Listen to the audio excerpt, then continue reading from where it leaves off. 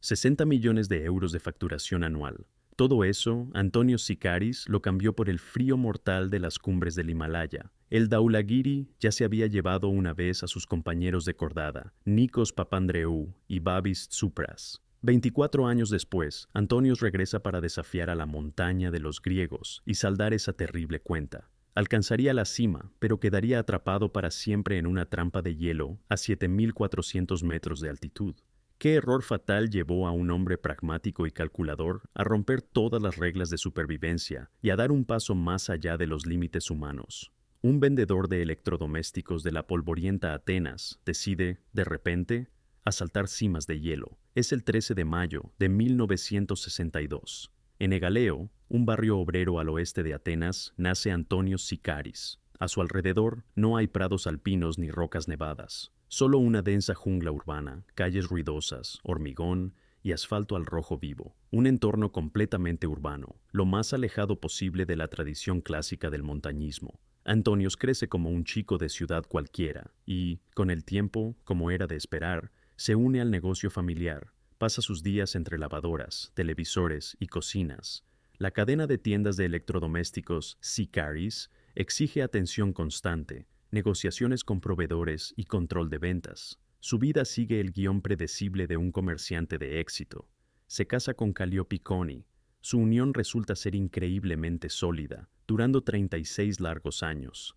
Calliope ve en él a un marido fiable, con los pies en la tierra, dedicado a hacer crecer la empresa familiar. Pero entonces, el sistema sufre un fallo totalmente atípico. Normalmente, los alpinistas profesionales empiezan su camino en la juventud, destrozándose las manos en las rocas desde muy jóvenes. Sikaris, en cambio, se aficiona a la montaña de forma anómalamente tardía. Ya tiene 28 años. Una edad en la que la mayoría de los hombres se asientan definitivamente en su zona de confort, pagan hipotecas y planean vacaciones en playas cálidas. Antonios, de un día para otro, cambia el traje de negocios por una chaqueta de montaña y unas pesadas botas de trekking. Llega el año 1990. Elige su primer objetivo, el Monte Parnés. Es un macizo montañoso justo al lado de Atenas. Su altura, poco más de 1.400 metros. Para los escaladores experimentados, esto es solo un paseo, pero para un vendedor de frigoríficos es una auténtica revelación. De pie en la cima del Parnés, contemplando su ciudad natal a vista de pájaro, comprende que su vida anterior entre escaparates ya no le satisface. El virus de la montaña se ha instalado profundamente en su mente. Los acontecimientos de ese mismo año, 1990, se desarrollan a una velocidad vertiginosa. En lugar de ganar experiencia gradualmente en las rutas locales de Grecia, Sikaris toma una decisión radical.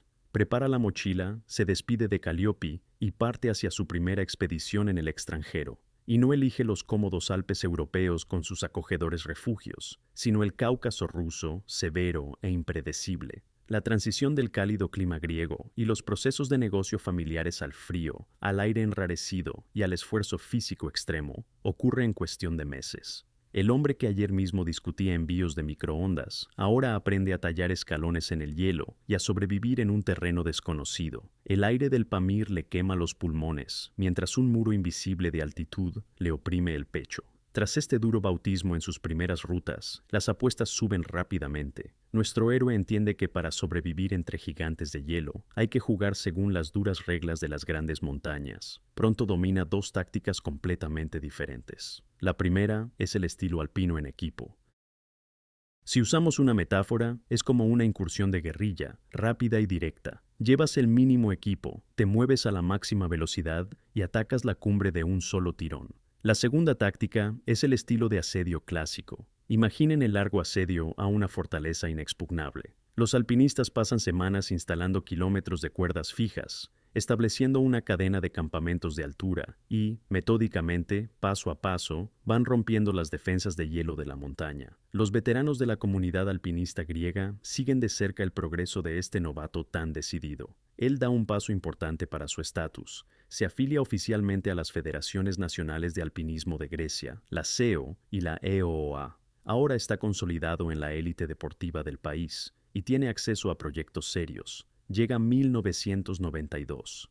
En el horizonte aparece un objetivo verdaderamente intimidante, el Pico Kongur, en las montañas Kunlun, al oeste de China, 7.649 metros de altitud.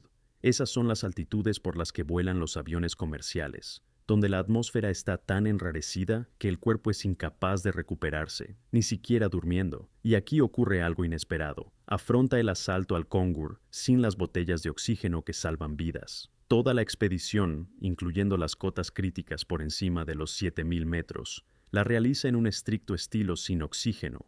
Los periodistas deportivos suelen llamar a estas altitudes la zona del agotamiento extremo. Sin oxígeno suplementario, cada movimiento en la nieve profunda consume una cantidad colosal de energía, y la conciencia amenaza con desconectarse, pero él aguanta esta maratón. Esta victoria sobre su propia fisiología sienta las bases de su confianza, una confianza que, en el futuro, volvería a ser puesta a prueba. Los nuevos desafíos no se hacen esperar. El año 1996 traslada la acción al sistema montañoso más alto del mundo, el Himalaya.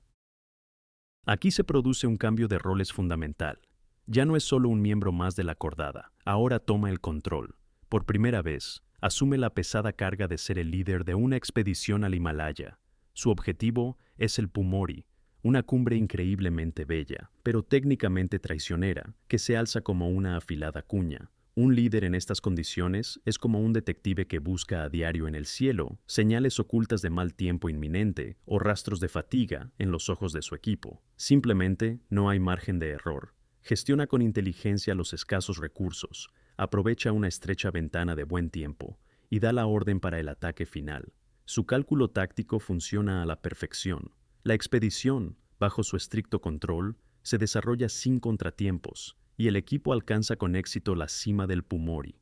Desciende al campamento base no solo como un alpinista de altura fuerte, sino como un líder consumado, capaz de traer a su gente de vuelta a casa con vida. 2 sacos de dormir vacíos en una tienda helada. Es la imagen más aterradora que se puede ver en la alta montaña. Después de una serie de ascensiones exitosas, parece que la suerte siempre estará de su lado. Pero las montañas no perdonan ni la más mínima sombra de exceso de confianza. Es el año 1998. Antonio se une a una gran expedición nacional griega. Su nuevo objetivo, el Dhaulagiri I, un monolito gigante de más de 8.000 metros, famoso por sus tormentas impredecibles y sus laderas extremadamente empinadas. Los periodistas en Atenas ya preparan las columnas para los reportajes de la victoria. Todo el mundo espera que la bandera nacional ondee pronto por encima de las nubes. El equipo gana altura metódicamente, trabajando de forma coordinada y precisa. El plan parece impecable, pero, de repente, el ritmo de la expedición se rompe en un instante. Se produce una caída brutal en plena ruta.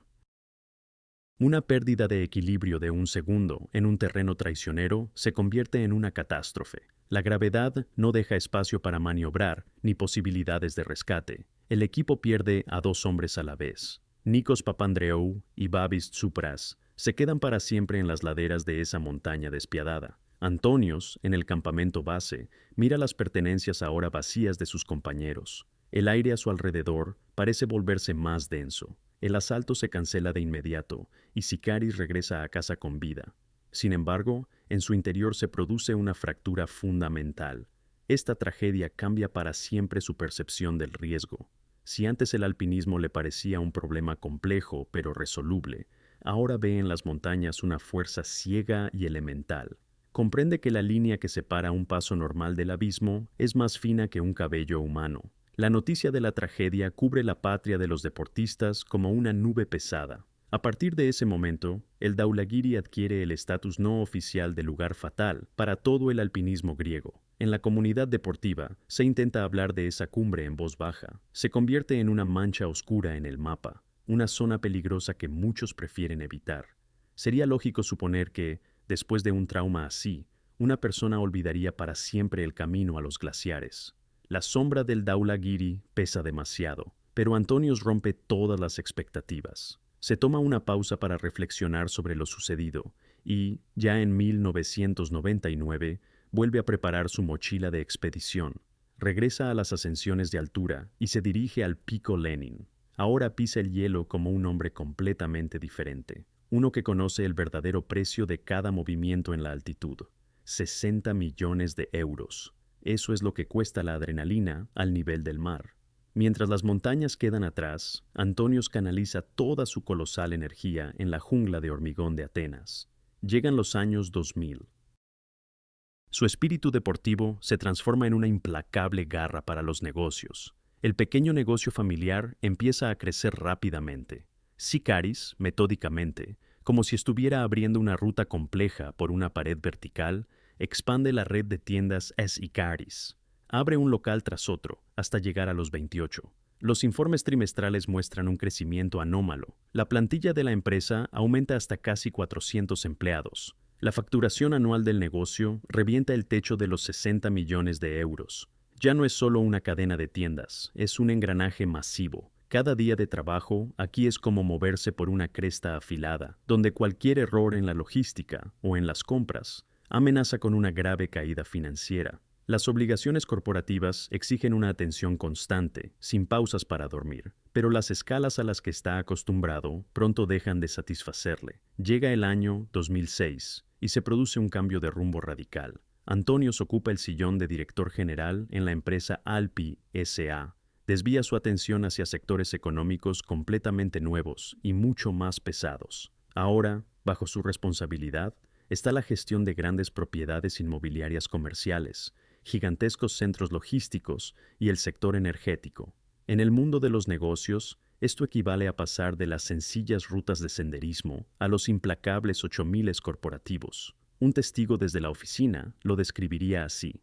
Mientras sus socios liberan el estrés del trabajo en restaurantes caros, el director general elige el camino del agotamiento físico, mantiene su resistencia con entrenamientos de una intensidad extrema, horas sobre la bicicleta de carreras y kilómetros interminables corriendo sobre el asfalto al rojo vivo se convierten en su rutina. El cuerpo le pide poner a prueba sus límites constantemente. Antonios empieza a competir, completa con éxito 15 maratones clásicos.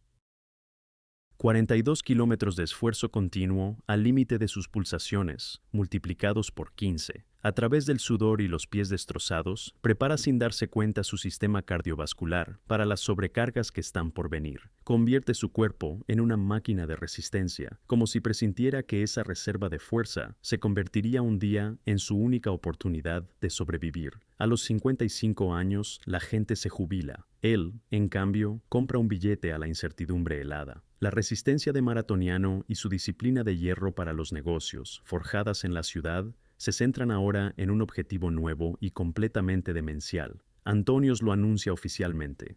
Tiene la intención de conquistar los 14 8000 del planeta.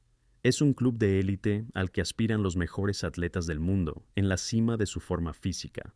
La perspectiva del periodista deportivo. Los expertos no hacen más que encogerse de hombros. A esa edad, el cuerpo humano cambia inevitablemente. Los ligamentos pierden su antigua elasticidad y los músculos fatigados necesitan muchísimo más tiempo para recuperarse tras el esfuerzo extremo de la altitud. Antonios no discute con la biología. Se sienta a la mesa y, como un experimentado director ejecutivo, replantea por completo la táctica de sus ascensiones. El romanticismo de la montaña queda para siempre en el pasado. Llega la era del pragmatismo más puro y duro. Se da cuenta de la cruda realidad. Los métodos de antes ya no funcionan. Para sobrevivir y llegar hasta el final, hay que cambiar las reglas del juego de forma radical. Sikaris da un paso decisivo y se pasa al formato del alpinismo comercial. Firma un contrato con un tour operador gigante, la agencia nepalí Seven Summit Treks. Ahora su estrategia se asemeja a un proceso de negocio perfectamente afinado. Renuncia al agotador trabajo de ser el primero en abrir ruta y empieza a usar constantemente los servicios de sherpas porteadores de altura. Todo el trabajo pesado de transportar cargas, montar tiendas y abastecer de provisiones recae sobre sus hombros. En las propias rutas se mueve exclusivamente por cuerdas fijas, cables resistentes instalados de antemano que sirven de apoyo en los tramos más verticales y resbaladizos. La perspectiva del inspector de seguridad. En las nuevas reglas de las expediciones de Antonios aparece un punto categórico. Si antes se ponía a prueba sin botellas de oxígeno, ahora, por encima de los 7000 metros, el uso de equipo de oxígeno suplementario es estrictamente obligatorio, sin excepciones ni heroicidades. El oxígeno artificial se convierte en su principal combustible. El cronómetro de este grandioso proyecto se pone en marcha en la primavera de 2017. El primer objetivo es la montaña más alta de la Tierra, el Everest. Antonios inicia el asalto junto a su compañero Mike Evmorfidis. Gracias a la nueva táctica, las cuerdas fijas y el oxígeno, la expedición es un éxito. Están en la cima del mundo, pero el tesoro más valioso que encuentra en el Everest no es el prestigioso estatus de haber hecho cumbre. Durante esa expedición, Sikaris encuentra al compañero ideal. Se trata de su guía personal, Dawa Sherpa, un profesional silencioso e increíblemente fuerte que lee la montaña como un libro abierto. Dawa se convierte en su compañero inseparable en las rutas, en su principal seguro de vida. Este dúo empieza a funcionar como un mecanismo perfectamente engrasado, y por ahora ninguno de los dos sospecha en qué oscuras circunstancias su alianza tendrá que superar la prueba final. Un haz de luz arranca de la oscuridad la figura de un hombre con un micrófono. Está en el centro del escenario en una conferencia de TEDx. En la sala reina un silencio absoluto. Cientos de ojos miran fijamente a aquel hombre de pelo cano y seguro de sí mismo. El empresario de ayer ahora da charlas motivacionales y llena auditorios. Pero, ¿cómo llegó hasta este escenario? En 2018, su nueva táctica, extremadamente pragmática, funciona a la perfección, como una cadena de montaje. Antonios asalta metódicamente y añade a su colección el Kanchenjunga. Casi inmediatamente después, le sigue el Manaslu. Dos cumbres gigantescas se rinden ante el empuje de una estrategia calculada. El sistema, con un compañero fijo y botellas de oxígeno, justifica cada céntimo invertido. La visión de un meteorólogo.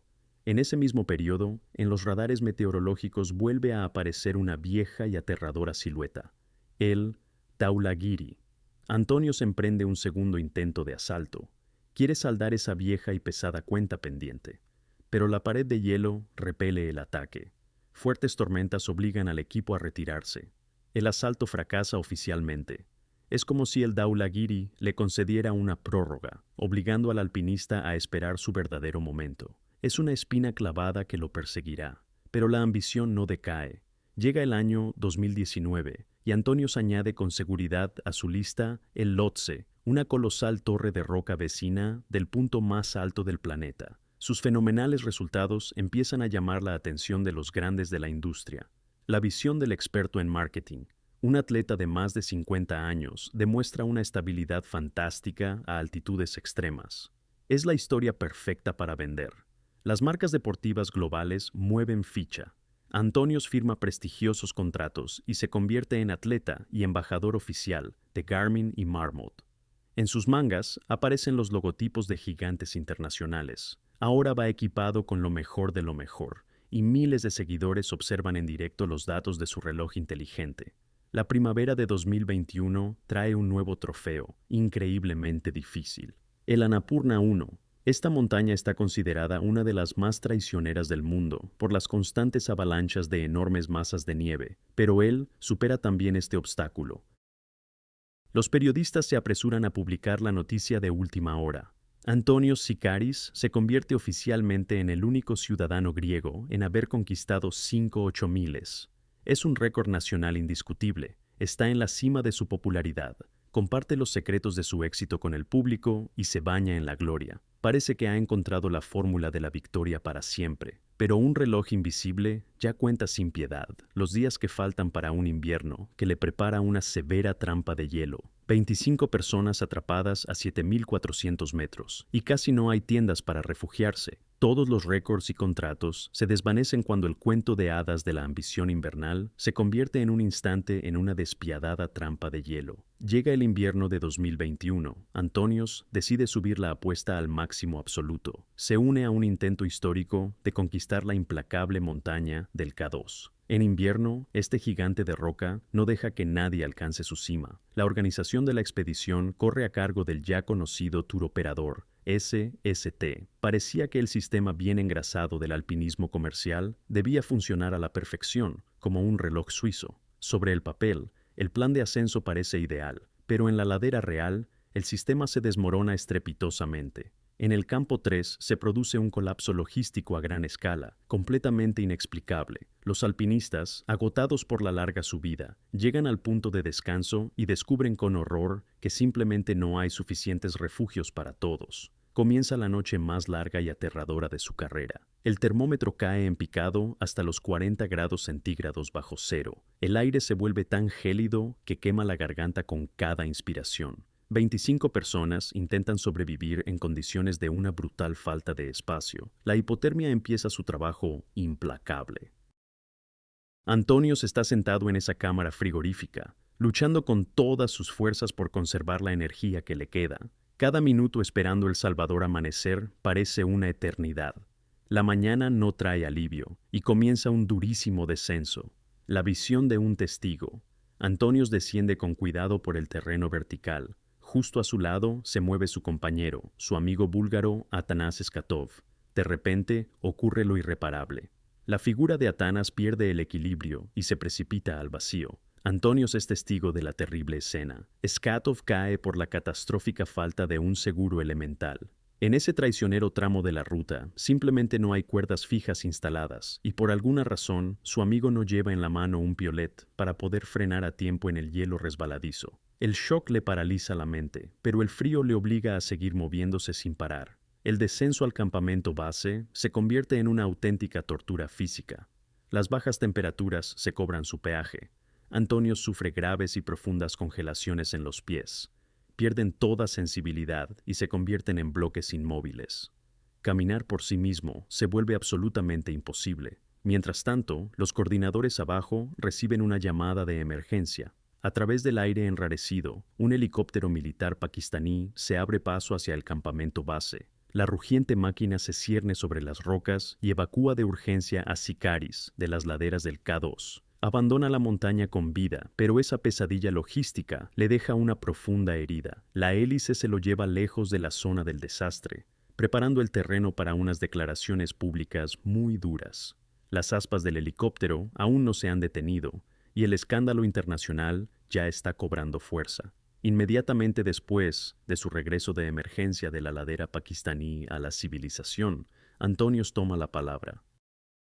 Los reporteros deportivos esperan de él las típicas historias de superación, pero en su lugar reciben un jarro de agua fría cargado de hechos. El alpinista superviviente lanza una crítica de una dureza sin precedentes contra su gigantesco turoperador. Arranca públicamente el bonito y brillante envoltorio de la industria del turismo de altitud y declara al mundo entero: dentro de estas expediciones comerciales increíblemente caras, reina un caos absoluto e incontrolable y una organización logística pésima. La visión de un analista independiente, en las ruedas de prensa, golpea sistemáticamente los puntos más débiles del sistema. Antonios subraya de forma directa y contundente el peligro crítico de la nueva tendencia comercial. Las empresas turísticas están permitiendo de forma masiva que personas sin la aclimatación adecuada se enfrenten a asaltos a gran altitud muy agresivos. Es como si a una persona sin preparación la obligaran de repente a correr un maratón por un desierto abrasador. El organismo de un novato simplemente no tiene tiempo de adaptarse a la colosal falta de oxígeno, y la fisiología, inevitablemente, falla al instante. Su forma de enfrentarse a las alturas gigantes ahora la describe de un modo totalmente pragmático, borrando cualquier atisbo de romanticismo. Nada de historias bonitas sobre la lucha contra los elementos.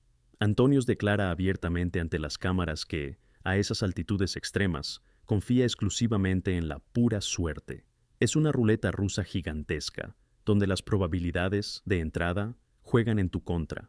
Él admite con honestidad que en cuanto un alpinista empieza a tener expectativas demasiado altas sobre la cumbre, en cuanto el ego nubla el sentido común, eso te lleva, sí o sí, a cometer errores tácticos garrafales. Pero entonces, la trama da un giro completamente inesperado.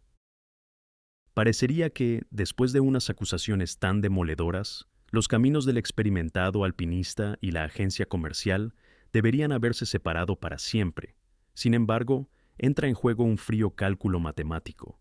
Simplemente, no hay otros actores en el mercado con un recurso de infraestructura similar. Ignorando sus propias y duras críticas, toma una decisión controvertida: seguir colaborando con Seven Summit Treks.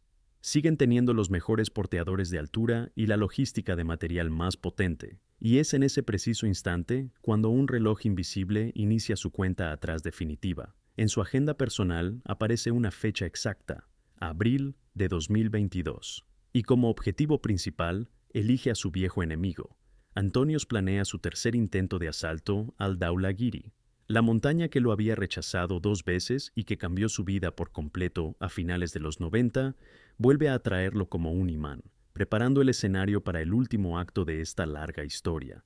6.350 metros de altitud. Respirar es difícil y la prueba de fuego apenas comienza.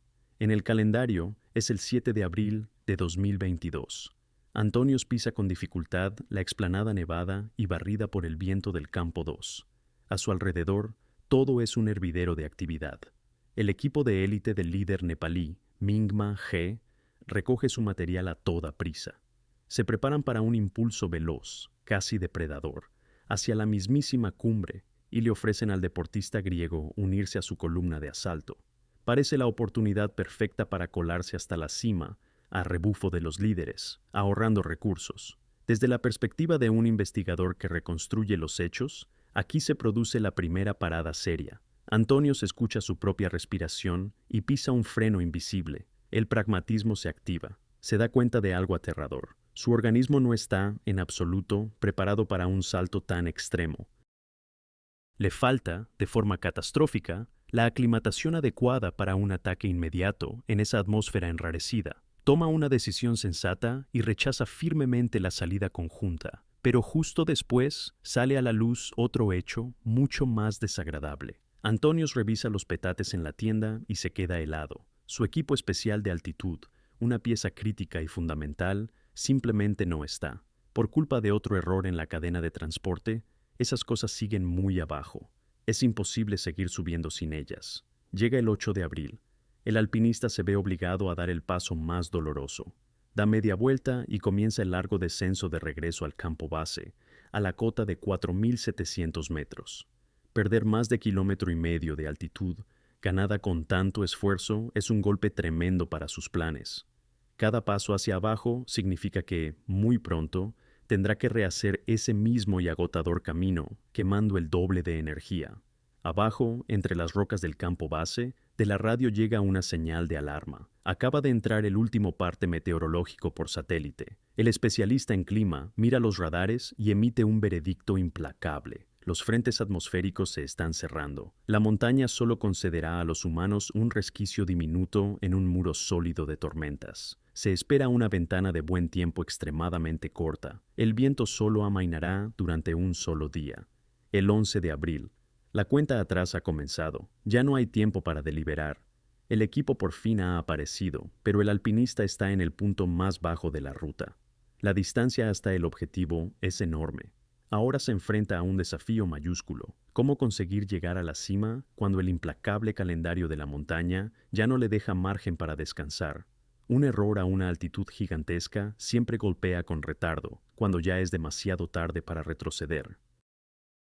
El lazo invisible del tiempo se aprieta bruscamente, cuando el calendario se convierte de repente en el enemigo principal y más despiadado. El radiograma con el pronóstico del tiempo rompe todos los planes trazados con cautela. Ese estrecho claro atmosférico, fijado para el 11 de abril, actúa sobre la mente como una prensa gigantesca.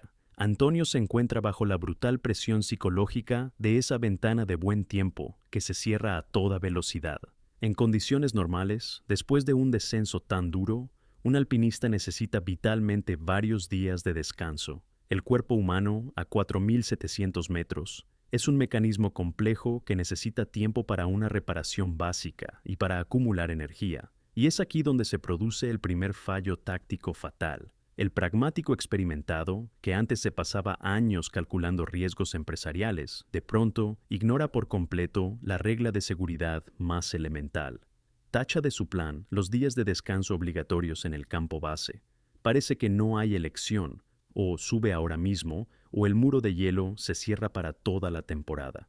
Se toma la drástica decisión de realizar un ascenso forzado y extremadamente rápido de vuelta a los campamentos de altura. Amanece el 9 de abril. En lugar de una ganancia de altitud cuidadosa y gradual, Antonios activa un modo de trabajo continuo hasta el agotamiento. Sale de la tienda y emprende una extenuante marcha forzada de 12 horas ladera arriba. Imaginen subir sin parar por la escalera infinita de un rascacielos, donde en cada nuevo piso hay exactamente la mitad de aire. y la gravedad tira hacia abajo de tus pesadas botas. Desde la perspectiva de un analista deportivo, lo que está haciendo el alpinista griego contradice por completo las leyes de la fisiología de altitud.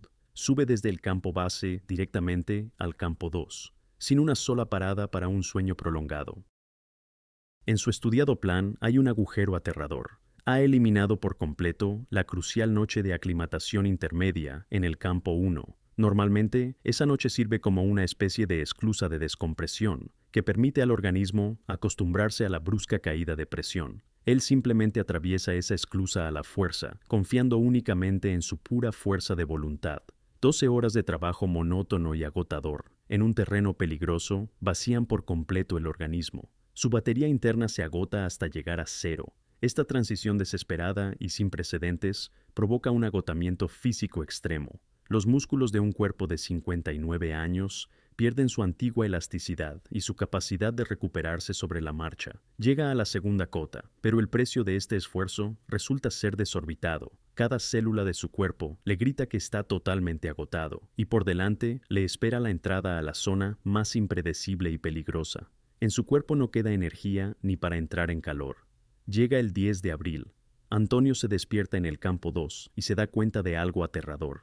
La maratón de ayer se llevó todos sus recursos internos. Los músculos responden con un dolor agudo al menor movimiento, pero él, obstinado, cierra los mosquetones y continúa el ascenso con una fatiga muscular extrema. Cada paso por la empinada ladera le cuesta como si llevara atadas unas pesas de plomo invisibles a sus botas. A una altitud tan extrema, un cuerpo humano cansado no puede descansar. La siguiente travesía se convierte en una tortura interminable de 11 horas de hielo y viento cortante. Finalmente, el alpinista alcanza el campo 3, a 7.329 metros. Es la frontera invisible, pero muy cruel, de la llamada zona de la muerte.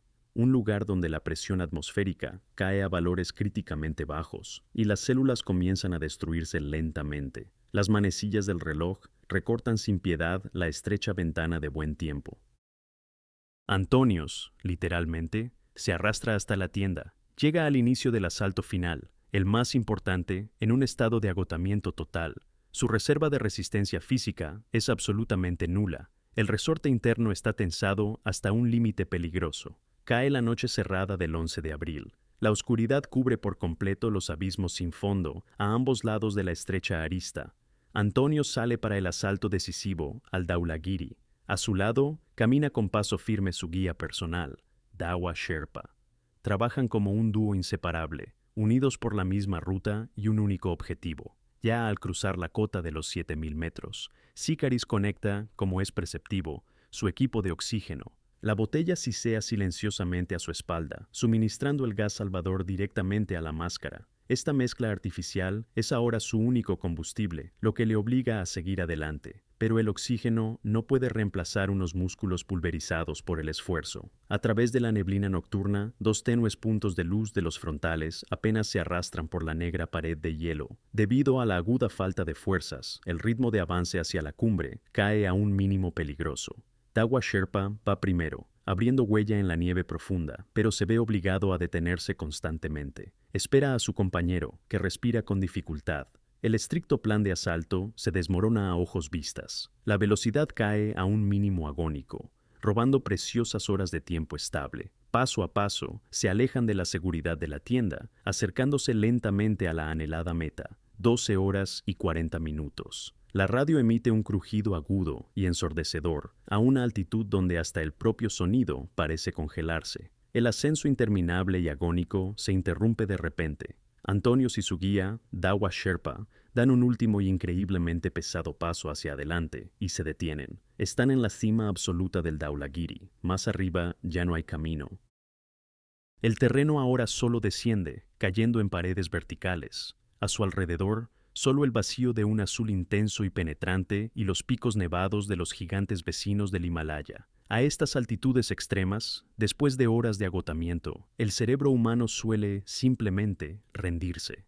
Los alpinistas a menudo pierden la orientación en el espacio, caen en un profundo estupor, o son incapaces de hilar dos palabras con sentido a causa de la hipoxia. Pero aquí ocurre algo asombroso, algo que rompe todas las estadísticas. Antonios está en un estado de lucidez asombroso. El alpinista sabe perfectamente dónde está y controla la situación por completo. Encuentra las reservas internas para sacar el equipo de comunicación y contactar con seguridad con el mundo exterior. Sus dedos congelados, dentro de unos gruesos mitones de plumas, aprietan el duro botón de transmisión. Un breve mensaje de radio atraviesa el denso viento helado, directo al campamento base. Desde allí, la señal es interceptada al instante y retransmitida hasta Atenas. Es un mensaje directo para todos los que siguen la expedición, para su familia, para la enorme comunidad deportiva griega. El sonido de su voz queda grabado, nítido y para siempre, en los dispositivos digitales allá abajo. Desde la mismísima cima del mundo, pronuncia las palabras más importantes y dedica oficialmente este enorme éxito a su hija, Irida. Para un historiador del alpinismo, este lugar no es simplemente otro punto geográfico conquistado en el mapa, es el pago de una vieja deuda personal. En lo más alto, Antonio honra con un mensaje aparte la memoria de Nikos Papandreou y Babis Tsoupas, aquellos alpinistas que nunca pudieron descender de esta ladera traicionera y se quedaron para siempre en las nieves eternas, muchos años atrás. El gran mecanismo invisible del destino hace su último y estruendoso clic. Un ciclo de 24 años se cierra, oficial e irrevocablemente. El hombre por fin se impone y conquista la montaña implacable que años atrás destrozó cruelmente su primera gran expedición y le arrebató a sus primeros compañeros de altura. Una vieja y pesada cuenta pendiente queda, por fin, saldada. El objetivo principal de la expedición está cumplido, la cumbre ha sido registrada, y ahora la pareja de alpinistas inicia el descenso técnico, siguiendo sus propias huellas de vuelto a las tiendas de altura. El descenso siempre se cobra más vidas que el asalto más duro a la cumbre. La euforia del éxito se desvanece en el instante en que los alpinistas le dan la espalda al cielo. Justo cuando Antonios da los primeros pasos en la ruta de regreso, su cuerpo sufre un colapso físico, brusco y aterrador. Es como si alguien arrancara de golpe el cable de alimentación principal. El ritmo del deportista cae en picado, hasta un mínimo agónico y antinatural. Cada paso hacia abajo le cuesta tanto como 1 kilómetro de ascenso. El tiempo de permanencia en la zona de la muerte entra en números rojos. El ser humano no está hecho para soportar esas altitudes extremas durante mucho tiempo, pero Antonios pasa más de 15 horas seguidas en la trampa helada de la zona de la muerte. Es un tiempo descomunal para un organismo ya devastado por la marcha forzada anterior, sin descanso alguno, y entonces surge una nueva amenaza impredecible. Dawa Sherpa nota los terribles cambios en el estado de su compañero. Empiezan a manifestarse claros signos de una grave falta de oxígeno. La respiración se vuelve errática, la coordinación se desmorona por completo. Surge la sospecha de un fallo grave en el equipo de altura. La botella de oxígeno o las válvulas de conexión han dejado de suministrar el volumen necesario de ese gas que salva vidas. Un mecanismo vital falla en el peor momento posible. Comienza una lucha desesperada por cada metro. El guía se da cuenta de que su compañero ya no puede mover las piernas por sí mismo. Dawa tiene que recurrir a medidas extremas. Empieza a arrastrar físicamente al debilitado hombre por la pendiente empinada y resbaladiza. Es un trabajo infernal, agotador. Cargar con el peso de un hombre adulto con todo su equipo pesado, en un lugar donde es difícil llevar siquiera tu propia mochila vacía. Las manecillas del reloj marcan una noche profunda y sin estrellas. Cerca de las 4 de la madrugada del 12 de abril llega el límite. Antonio se desploma finalmente sobre la nieve dura. El altímetro marca una cota de unos 7.400 metros. Su cuerpo, simplemente, se niega a seguir funcionando. Dawa Sherpa logra lo imposible y arrastra a su compañero inmóvil hasta un refugio. Consiguen entrar en una tienda del campamento 3. Pero la seguridad es solo una ilusión. Es aquí, en esta diminuta cúpula de tela entre los hielos, donde el alpinista griego se va para siempre. En los fríos documentos oficiales, este desenlace recibe una explicación muy clara. La causa: mal agudo de montaña y agotamiento absoluto y extremo. El duro precio fisiológico a pagar por un ritmo forzado y unas baterías vacías. La radio rompe el silencio matutino del campamento base con una señal de socorro, breve y desesperada. En la helada tienda del campamento 3, a 7.400 metros de altura, solo queda una persona con vida. Dawa Sherpa, sentado junto a su compañero inmóvil, realiza una llamada de emergencia. sus propias fuerzas están al límite, tiene la garganta seca y la cuenta atrás para que su propio cuerpo sufra daños irreversibles ha comenzado. En la sede principal del operador turístico Seven Summit Treks, las alarmas saltan de inmediato. El operador de radio recibe el SOS y activa al instante el protocolo de rescate de emergencia. El enorme sistema del alpinismo comercial está obligado a gestionar este fallo en la ruta. La compañía moviliza urgentemente un grupo especial de 5 sherpas de altura, increíblemente fuertes y resistentes. Son una especie de unidad de élite, de respuesta rápida para altitudes extremas. Su misión es una sola: abrirse paso lo más rápido posible a través de las grietas de hielo y sacar de allí al guía agotado. La montaña no concede tregua, ni siquiera a los rescatadores experimentados. Cada 100 metros de ascenso empinado quema sus fuerzas sin piedad, y el viento intenta derribarlos constantemente. Pero el equipo de rescate avanza con tenacidad a través del aire enrarecido y finalmente alcanza el campamento 3. Dentro encuentran a Dawa, con vida. El guía está físicamente destrozado por el descenso nocturno y gravemente deshidratado. El equipo lo ayuda a ponerse en pie y lo evacúa con éxito, bajándolo por las cuerdas fijas, lejos de la trampa mortal, hacia una zona segura. La primera parte de la dificilísima misión está cumplida, pero queda la segunda, la tarea técnica más pesada. Dejar a una persona en esa altitud inhumana significa convertirla en un macabro punto de referencia para futuras expediciones. Los Sherpas toman la decisión de bajar el cuerpo de Antonios Sikaris. Es un trabajo increíblemente agotador. El grupo transporta lentamente la pesada carga por paredes de roca verticales. Descienden metro a metro hasta que por fin llegan a una plataforma de nieve llana, accesible para que un helicóptero pueda operar con seguridad. Aquí, el aire ya es lo suficientemente denso como para que las palas de la máquina tengan un buen agarre. Se escucha el zumbido grave y creciente de las hélices. Un helicóptero especial de rescate atraviesa las densas nubes sobre las laderas del Dhaulagiri. El piloto mantiene con maestría la rugiente máquina sobre el glaciar resbaladizo. El cuerpo del alpinista fallecido es subido a bordo con cuidado, y el helicóptero se lo lleva para siempre de la traicionera ladera del Himalaya, poniendo un punto final físico y rotundo a esta larga expedición. Lejos de las cumbres nevadas, en una cálida oficina, alguien abre un archivo digital. La Himalayan Database, el registro mundial más importante y estricto de todas las ascensiones de altura, recibe los documentos oficiales del campamento base. Un administrador introduce las frías cifras, coordenadas y fechas exactas en el sistema. La muerte del deportista griego queda ahora oficialmente documentada en el Archivo Histórico Global. Los documentos oficiales están firmados, pero la verdadera tormenta de preguntas incómodas no ha hecho más que empezar. Aquí entra en juego la mirada de un periodista de investigación. Cuando pasa el shock inicial de la operación de rescate, el campo informativo explota con nuevos datos. Un amigo cercano del fallecido, Fotis Theocharis, hace una contundente declaración pública que cambia por completo la perspectiva de los hechos. Señala directamente un fallo técnico crítico. Según él, el equipo de oxígeno falló por completo justo durante la fase de descenso.